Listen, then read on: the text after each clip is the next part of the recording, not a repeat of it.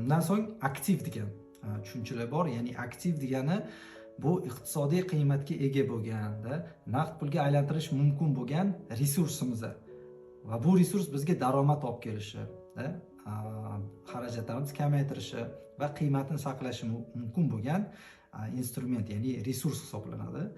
O'zi shaxsiy moliyada ham iloji boricha aktivlarni ko'paytirish va qarzdorlikni kamaytirishimiz kerak bo'ladi. Bu bir muhim bir qoidalardan biri hisoblanadi.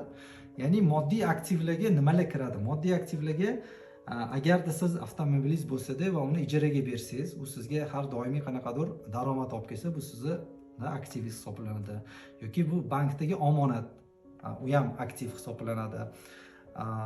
Pul bozoridagi hisoblaringiz, qimmatli qog'ozlar, bir qanaqadir dehqonchilik yerlaringiz mumkin bo'lishi mumkin yoki uy joyingiz bo'lishi mumkin va mana shu instrument, ya'ni iqtisodiy qiymatga ega bo'lgan instrument sizga daromad olib kelsa, bu aktiv bo'ladi.